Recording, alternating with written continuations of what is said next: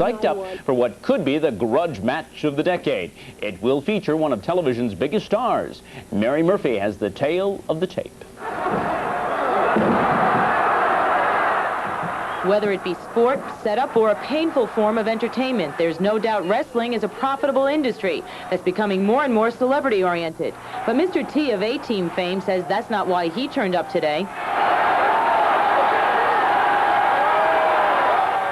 Mr. T says he wants to pay back a wrestler named Roddy Piper for damage inflicted on himself and singer Cyndi Lauper several weeks back during a shouting match in the ring. Mr. T has hooked up with 309-pound World Wrestling champ Hulk Hogan for a bout against Piper and his partner, Paul Mr. Wonderful Orndorff.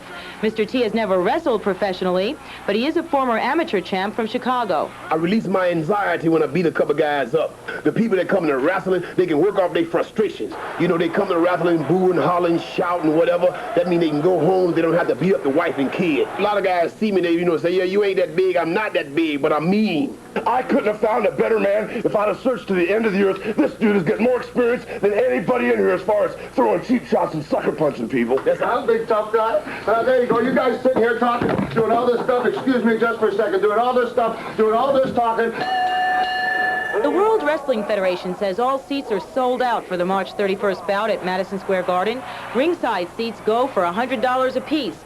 And about 1 million other seats will be sold in closed-circuit theaters around the country at a price of $7 to $15. But what about the violence?